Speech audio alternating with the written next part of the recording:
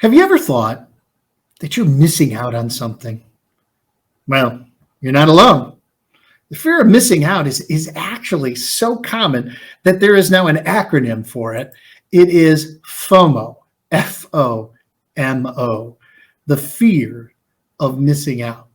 You ever feel paralyzed to do anything because of a task or a problem that you're facing? It just seems so overwhelming that you just don't know where to begin or how to start.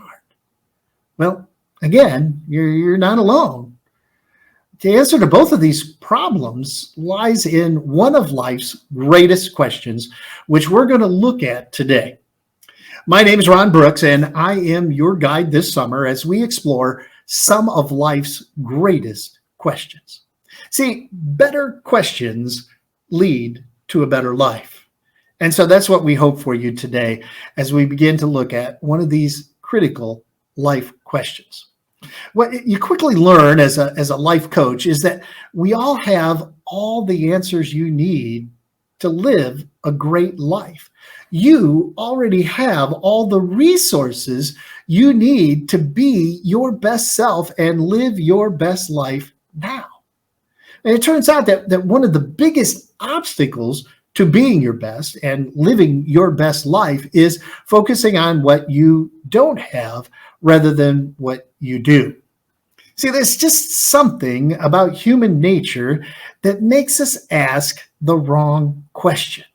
The running joke, for example, about the remote is that women are interested in what's on TV and men are interested in what else is on TV.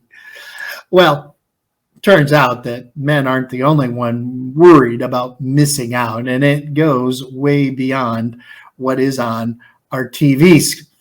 A great philosopher and theologian, you may know this guy, Bon Jovi. He wrote a classic song, What You Got. And here's what he says. He says, everybody wants something, just a little more. We're making a living, and what are we living for? A rich man or a poor man, a pawn or a king, you can live on the street, you can rule the whole world, but it don't mean one darn thing. Now, those of you who are big Bon Jovi fans will notice that I changed the words on that last line, but please forgive me for that. But he's absolutely right. No matter who we are, there is this tendency to look at what we don't have rather than what we do.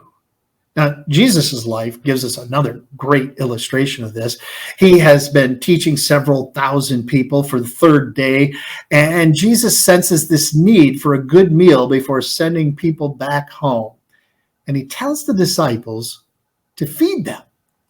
And the disciples' reaction, well, it's kind of our default status. Whenever a problem or a question arises, we tend to look for the problem. And so here's what it says, chapter 8, verse 4, the Gospel of Mark. Where in this remote place can anyone get enough bread to feed them? And you can kind of, see the conversation going on behind the scenes. The disciples thinking to themselves, Jesus, we have ourselves a serious resource and logistics problem here that you don't seem to be aware of. But Jesus turns the question right around and he says, what do you have?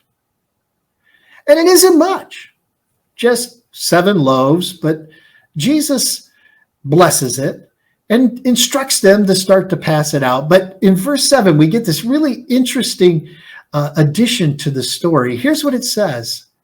It says, as they began to look at what they had a few small fish as well. You see, when we start to take stock of what you have, you inevitably find out that you have more than what you thought you did. Jesus' question calls us to focus on available supplies, possible solutions, as opposed to what's unavailable, what we don't have. The first step to getting where you want to go should always be to take an assessment of what you have. taking stock of what you have led to this amazing miracle in the story, the Bible, the feeding of the 4,000. Now, people will sometimes they get hung up on trying to explain how this miracle happened, but I think that misses a valuable point to the story. You can't know where the way forward until you know precisely where you are. You need to ask, what do you got? So let's kind of start to make this personal, right? With this question. What do you got? FOMO, the fear of missing out, may be keeping you from experiencing the life that you've always wanted. There was a man who decided it was time to make a move. He spent his entire life living in the same home, and he always kind of wondered. His big FOMO was, what would it be like to live someplace else? So he brought in a realtor who measured the home, took pictures, he wrote up a description, and upon reading the description, the man said, I've changed my mind. After reading the description, I realized that this is the home that I've always wanted to live in. Look around you. Count your blessings. And you may find that what you already got is exactly what you've always wanted. Bon Jovi, in this classic song, goes on and he points out, what do you got if you ain't got love? Whatever you got, it just ain't enough. You're walking the road, but you're going nowhere. You're trying to find your way home, but there's no one there. Who do you hold in the dark of the night? You want to give up, but it's worth the fight. You have all the things that you've been dreaming of. If you ain't got love, it's all just keeping score. If you ain't got love, what are you doing it for? When you take stock of what you got, we often realize that the things that are most important aren't the things that we've necessarily spent our time and our energy pursuing. Could that be the case with you? So let's make this really personal. What do you have to offer? What do you have to give? The disciples had some bread. What do you have? What skills, talents, abilities do you have to offer, to give?